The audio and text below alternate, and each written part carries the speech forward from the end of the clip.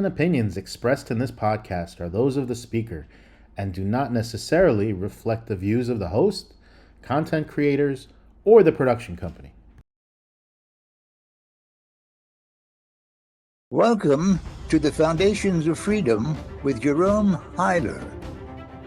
A strong, vigorous economy runs on a division of labor.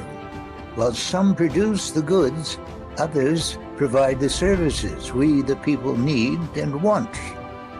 But behind everything we do, our work, our businesses, our daily lives, are the political decisions our leaders make in our name.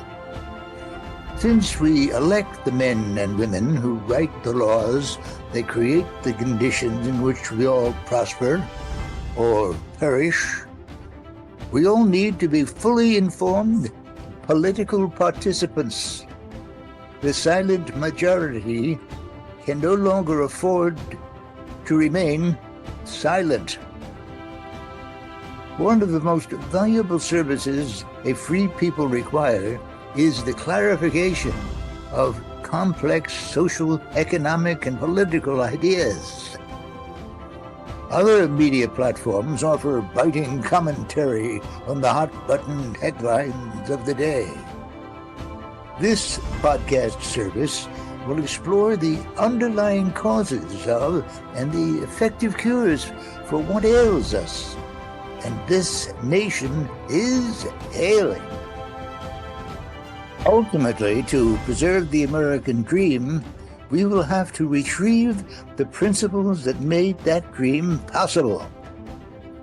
But there are more pressing issues and concrete decisions to consider.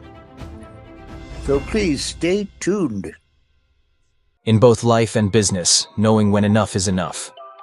Lao Tzu once said, "He who knows that enough is enough will always have enough." This ancient wisdom highlights the power of simplicity. In search engine optimization, overloading a page with keywords or plugins can ruin performance. Knowing when to stop is crucial. Simplicity ranks better, on Google and in life. Embrace moderation for success.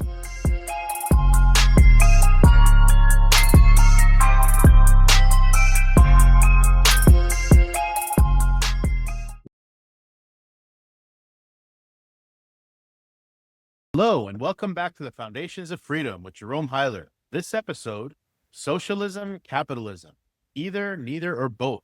And this is part one, and where we will take a very close look at the threat posed by America's recent flirtation with socialism. We'll see why this will be a very terrible turn and take a severe toll on our economy. Socialism can only create hardship and sorrow for the American people, the same as it's created for all the other people before, where it was tried. As you all know, and I'm sure you've heard, Zoran Mamdani won the 2025 New York City Democratic primary. He is now the odds-on favorite to be New York City's next mayor. This has caused many in the city and in the nation real concern. Mamdani expects New Yorkers to embrace a full-blown politics of socialism. What does that mean? Well, and if he had his way, how will his plans pan out? It's not an idle question. After all, we elect the people who write the laws that create the conditions in which we in New York and the nation will all prosper or perish. Where have I heard that before, Jerry? Mamdani's embrace of socialism has many wondering what would socialism look like if it is ever adopted. How will it impact the city and by extension, the whole country? Socialism, after all, is not capitalism. Hasn't capitalism been good for the country over the course of its life? Hasn't it given us all we have? What does that say about socialism? So our next episode is going to take a deep dive into the economy and the politics of capitalism. But why socialism? Modern times have witnessed a steep rise in the cost of living. Housing costs have especially exploded. Many families are struggling to get by. Mamdani is campaigning to make life in New York City more affordable. That is the strength of his campaign. How will he do that? He will make more of life's essentials free for the taking. He proposes free bus service, the freezing of rents, and he will raise the minimum wage to $30 an hour. He will open presumably low-cost grocery outlets across the city. To pay for all this, he will impose heavier taxes on businesses, large and little, and impose steeper taxes on the whiter and richer neighborhoods of New York. If he finds it necessary, he will, quote, seize the means of production, unquote, from private industries and presumably allow the government to run the city's whole economy. This last proposal is right out of Karl Marx's Communist Manifesto. To seize the means of production is to cancel property rights as such. Property will no longer be private. Everything will belong to the city and the state will dispose of property as it pleases. It is obvious that Mamdani is no fan of capitalism, whose very existence is predicated on the protection of private property. What is it he objects to? Capitalism is grounded in the selfish pursuit of personal gain, he believes. Everyone is out for himself or herself. And as we've been told and taught for hundreds of years, selfishness is sinful and wrong. Moral living consists in helping others, we are told. In short, altruism forms the moral foundation of socialism. Altruism is what centuries of church fathers and other moral spokesmen have urged us to practice. Following on the heels of Marx and so many other philosophers and social critics, Mamdani assumes that capitalism exploits the many for the sake of the few. The capitalists grow rich on the backs of the poor. Now, this depiction blurs a very critical distinction. One can get ahead without harming anyone else, or get ahead at others' expense. This distinction makes all the difference in the world. A producer produces. A thug deprives others of what is theirs through fraud or outright theft. Anyone who comes up with a marvelous new invention, innovation, or builds a business that furnishes the goods and services that bring comfort, safety, and convenience to our lives exploits no one. He or she is a benefactor to mankind. That entrepreneur also creates jobs and gives employees the opportunity not only to pay their bills, but to master new skills, earn promotions, advance in their careers, and prosper. And if business owners prosper in the process, no one loses by their gains. Profits, like wages and salaries, are the just rewards of productive, arduous labor. Such entrepreneurs are driven by desire to improve the conditions of their own lives. No harm, no foul.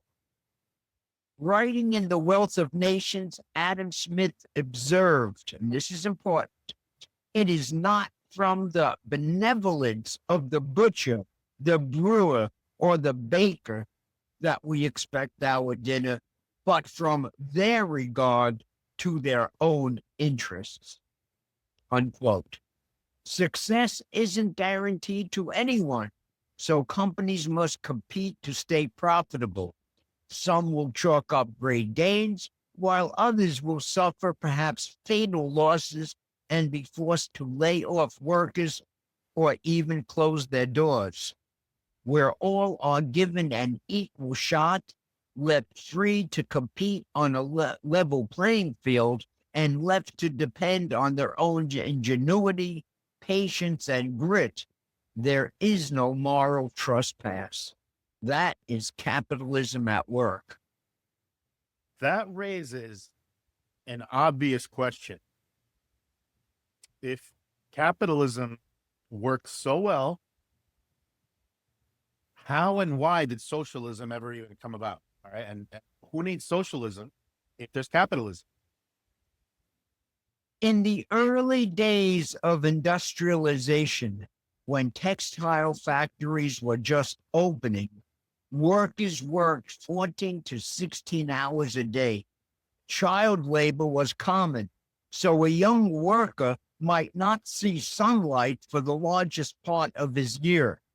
His workday would start before sunup and not end until after sundown. Wages were barely sufficient to put bread on the table and a roof over one's head. All the while, factory owners and investors were living very well and compiling huge fortunes. Having humanitarian scruples, early socialists recoiled at this, quote, unconscionable, unquote, reality. Loud Christian and secular voices decried this oppressive system, a system they argued that exploited workers for the selfish enrichment of the owners of capital. No protest was more dismissive of capitalist culture than was the assault waged in Karl Marx's 1848 Communist Manifesto. These years were cast as the Hungry 40s before Marx published the Communist Manifesto. Life was particularly harsh. While factory owners, investors, and the land-owning aristocracy reveled, thousands of low-born European families suffered. This lent credibility and force to Marx's critique of capitalism. So did the succession of business cycles that created bubbles of prosperity that would burst, sending citizens to the poorhouse. The Great Depression appeared to vindicate Marx's estimate of capitalism. Soviet communism was able to avoid the pitfalls of the business cycle, so many in America began seeing communism as more successful model of social organization. Marx called his utopian scheme capitalism, not socialism. He distinguished his formulation from earlier, quote unquote, utopian variants of the socialist ethos. His communism was scientific socialism. He claimed that his socialist theory followed from universal laws of history that inevitably controlled all human affairs. Out of the revolutionary ashes of capitalism would rise the communist ideal. This, let me say, was a bunch of rubbish. History has no universal laws. It unfolds as it does because civilizations decide to do what they do. Like individuals, civilizations have free will.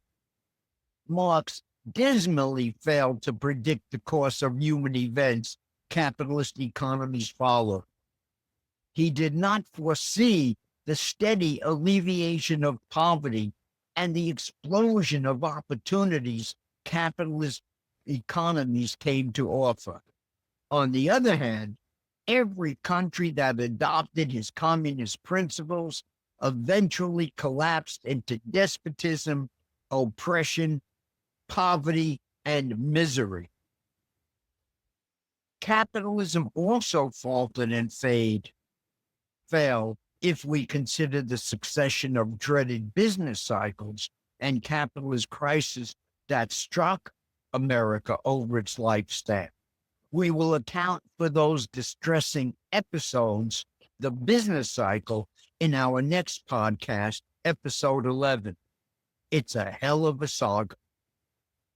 Today's critics of capitalism fail to account for the sheer wealth of opportunities, the dizzying variety of trades, professions, and business prospects contemporary capitalist cultures offer. To capitalism's critics, American workers are still strapped to their workbenches 80 hours a week and leave work with a pittance of what it costs to live.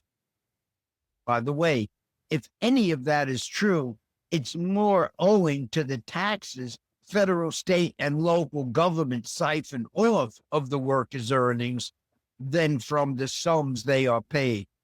As I have said over and over, any family that is paying upwards of 50% in combined federal, state, local income taxes, property, payroll, sales, estate, utility, Social Security, and capital gains taxes is already half slave, half free. Not every socialist society is a state that exercises totalitarian control over its citizens. There are, after all, social democracies. You don't need a Lenin, a Stalin, a Mao, or a Castro to have socialism. Democratic societies can unwittingly vote themselves into a social paradise. Mamdani popularity is a case in point. What every socialist state is committed to is a more equitable distribution of wealth. In America, this socialist redistribution is commonly called social welfare, and as it is undertaken for the benefit of the deserving poor. Jerry, what besides the ethics of the altruism ethos are the moral underpinnings of socialism? On what deeper premises does it rest? And how do socialists really view true human nature? Can human nature be altered and made to follow the plain example of someone like a Mother Teresa or Jesus Christ himself? This is the critical question. Are men selfish by their very nature? Can human nature be reformed? Can men be made to renounce their self-interest and greed? That is a question Marx's forerunner, Jean-Jacques Rousseau, tackled in his second discourse on inequality. There he took John Locke to task. Locke was the preeminent proponent of natural rights and individual liberty. He was also the chief tutor to Jefferson and his fellow patriots in and after 1776. Locke believed that man was rational and naturally self-seeking. He called it rational self-interest. He held that being all equal and independent, no one ought to harm another in his life, health, liberty, or possessions. That's a quote. Being all equal and independent, no one ought to harm another in his life, health, liberty, or possessions, unquote. John Locke recognized that just like every other species, people must use their capacities to satisfy their needs. They do that by making rational decisions and by pursuing a trade, profession, or career that will pay the bills and enable them to take pride in their accomplishments and pursue their happiness. Locke leaves people free to climb the ladder of success. For John Locke, government's sole responsibility is to keep people safe to do just that. But Rousseau's France was a place where millions of peasants were trapped in a perpetual state of poverty and oppression. A haughty, luxuriant aristocracy lived off their lifelong labor. And every week, the church taught that all were placed by God somewhere along a great chain of being. It is everyone's duty to God to accept the place to which he or she has been put. Rousseau had a more idealistic idea. If human nature could be converted, fundamentally transformed, and induced to care for the common good, a great transformation in social relations could be had. Mankind, Rousseau imagined, is not biologically wired for self-pursuit. All this selfishness came about when societies began making distinctions between the fastest, the smartest, the strongest, and those who lack such attributes. What if mankind did not have to discount the common good, the welfare of their neighbors? Rousseau's primitive man was intensely social. The original state of nature Rousseau dared to imagine was a state of mutual care and cooperation. In that primitive state, it was, quote, one for all and all for one, from the Three Musketeers. If men are born free and everywhere they are in chains, as Rousseau said, it was because mankind rebelled against its original nature. Following Rousseau, Marx held that human nature was malleable. Men can be, quote unquote, cured of their selfish greed and divisiveness. They can be trained to care not so much for themselves, but for the common good, the general welfare. Under the right political arrangements, people could be made to adopt a commitment to socialist equality. What is needed? 1. Socialism will allow the ruling class to redistribute material wealth from, quote, each according to his ability to each according to his need, unquote. What does this amount to? What does it assume?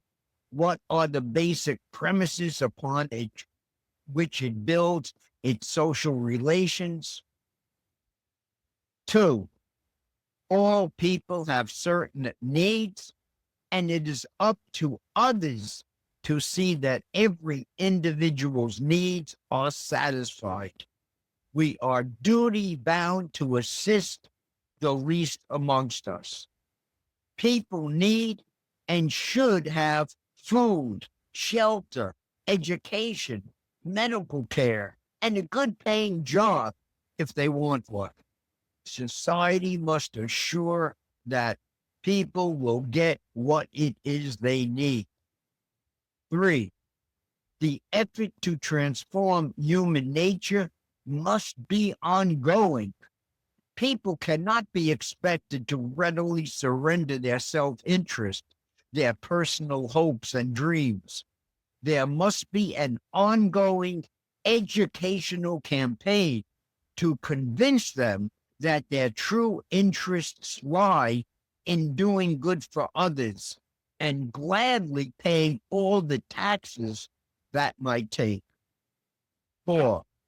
This is why those who seek a fundamental transformation of society launch a campaign of propaganda and indoctrination in their schools, and why mainstream media outlets cover the stories that serve their collective ideological purposes and ignore all other stories. 5. It is also why political correctness was introduced so long ago. People must be made to comply until it becomes second nature.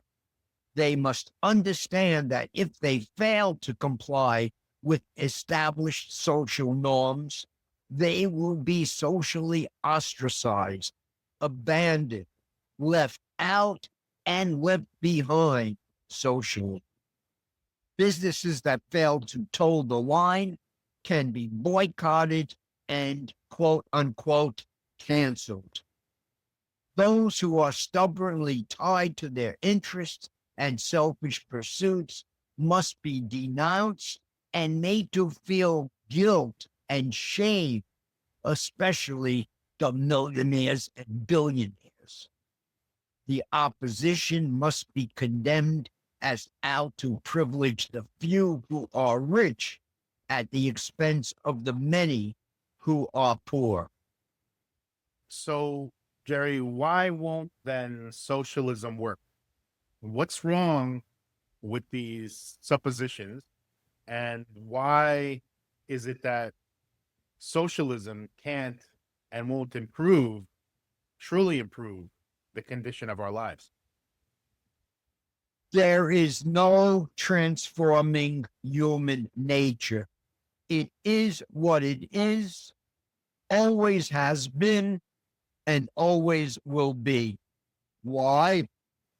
Like Thomas Jefferson, John Locke, and the ancient philosopher Cicero said, all men are created equal. How so? We all have specific needs that must be satisfied and specific capacities we must use to satisfy those needs. There is no avoiding this.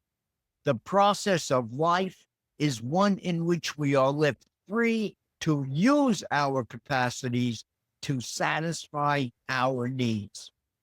In a civil society, everyone has a natural, inherent right to live and let live. That includes the economic right to gain, keep, use, trade, or otherwise dispose of one's freely acquired possessions. That's what the pursuit of happiness, guaranteed in the Declaration of Independence, means. That is what human nature requires. That is the understanding that dictates the principles of liberty and private property. If all are created equal, none are entitled to anything someone else must pay for. As I explained in a previous episode, America, the goodness that greatness begot, was episode 9. The right to pursue happiness does not make of men social atoms or billiard balls endlessly bumping and crashing into one another. There is every humane inclination to help others in need, especially those who are suffering through no fault of their own. As I also said last time, Americans, the freest and most prosperous, are the most generous and caring people to ever people the planet. Being free and prosperous, a good measure of benevolence, generosity, and goodwill is no great sacrifice. The trick is in being able to distinguish simple generosity, which costs nearly nothing, with self-sacrifice.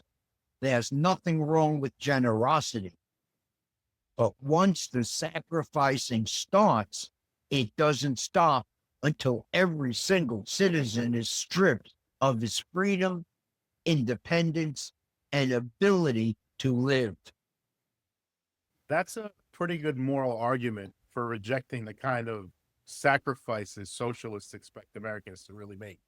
But it doesn't explain why socialism will never work, will never yield happy and successful social relations. So why can't socialism succeed? It's a matter of understanding the importance of incentives, inducements to work and produce. Work is hard. It is demanding of one's time and energies. It carries frustrations and disappointments in its wake. Towering obstacles can be placed in the way of success. One will undertake such efforts if and only if one will be able to reap the fruits of the labor one has expended. The taxes it takes to satisfy the people's every need is deducted from the wages, salaries, or profits of the taxpayers who are expected to do the work. At some point, workers are bound to ask, why do the work when, even if successful, I will not benefit from the work I have done? Why should working age, able-bodied men and women be made to support other working age, able-bodied men and women so that they, the others, don't have to work at all? They, the able-bodied, won't go on working under those circumstances. Investors stop taking risks with their capital. If the risks pay off, taxes, they know, will confiscate a good part of the proceeds. The work doesn't get done, and the once abundant goods that families have long enjoyed do not get produced. They are no longer available or available at exorbitant prices. That is due to the irrevocable law of supply and demand. The great irony is that it is the folks on the lower rung of the social ladder who get hurt the most. Wealthy families, after all, can afford the higher cost of living. That is why I say socialism harms most the very people it purports to help. As long as freedom of action prevails, companies will transfer their operations to less intrusive cities and states, or just move their operations overseas where labor costs and taxes are far more manageable. That is why so many companies have already moved offshore over the past few decades. Donald Trump pledged to lower taxes. He hoped his great, big, beautiful bill would lower the current 21% corporate income tax rate to 15%. You can just imagine the number of companies that would return to these shores, given immediate expensing that's also in the bill on new plant, equipment, and factory structures, along with a 15% corporate income tax rate. If Mamdani, if his political proposals are adopted, New York's many more well-to-do, Families and profitable businesses will pick up stakes and leave the city. It's estimated that far more than 175,000 New Yorkers have already settled in Florida over the past few years, escaping the intrusive cost of living in New York. The exodus will only expand, and New Yorkers will face a steadily eroding tax base. Before long, New York won't have the money to offer anything, not even the essential law enforcement functions no community can do without. Socialism, in short, will never work. Human nature cannot be fooled or transformed.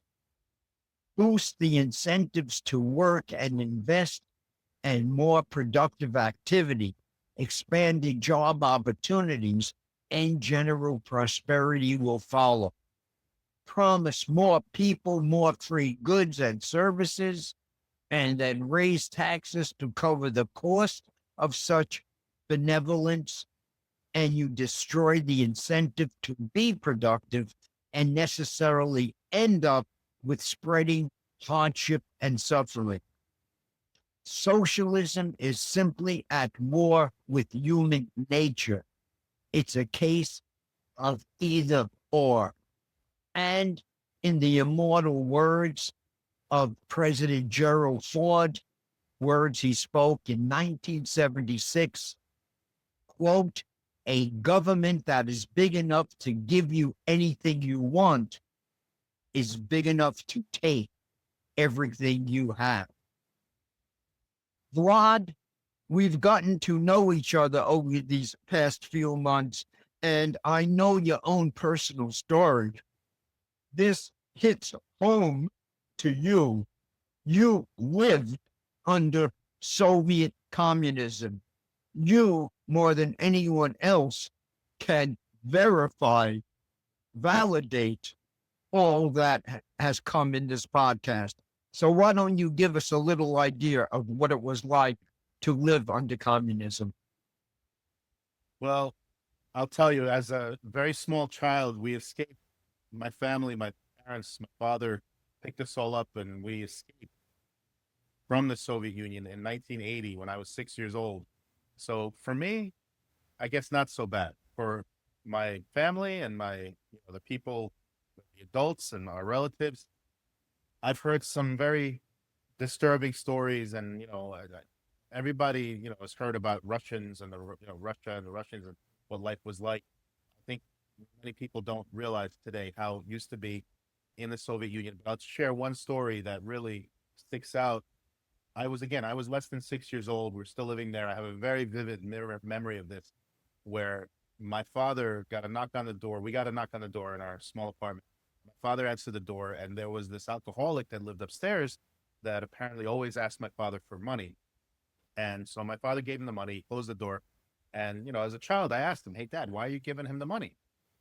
And he explained to me that, well, at the time in the Soviet Union, everybody was supposed to be equally poor. So everyone had their day job, and it was illegal to have a side hustle. It was illegal to make extra money outside of your day job. You can go to jail for making extra money outside of your day job. But my father always worked at home quietly, made extra money in his profession. And that's why he said, if I don't give this guy money, this alcoholic money, he's going to rat us out, and, we're all going to be in trouble. So I still remember that today. How crazy is that, to live under those kind of a dictatorship? You all make this amount of money. Doesn't matter how good you are, how ambitious you are, how skilled you are. This is how much money you're going to make at your job. And God forbid you try to make extra, they throw you in jail. Imagine.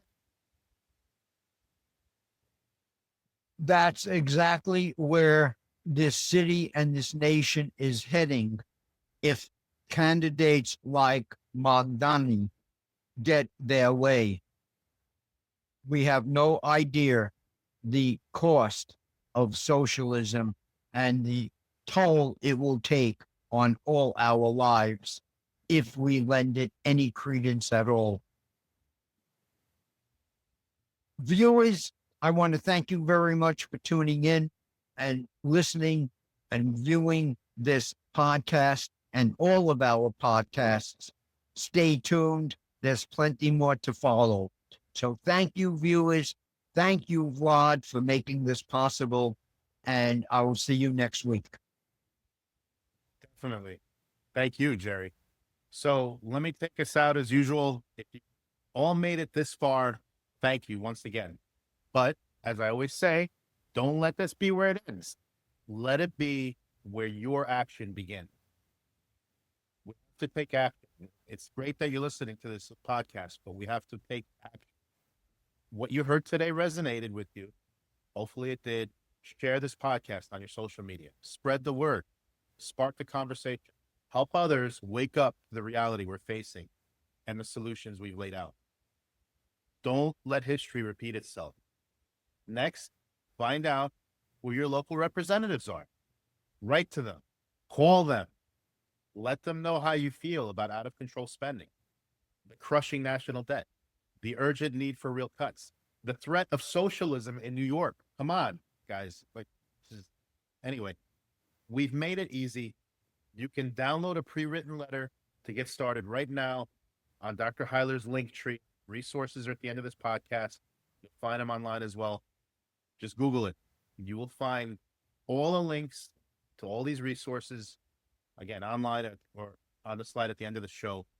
If you want to dig deeper into any of these ideas, get Dr. Huyler's books on Amazon.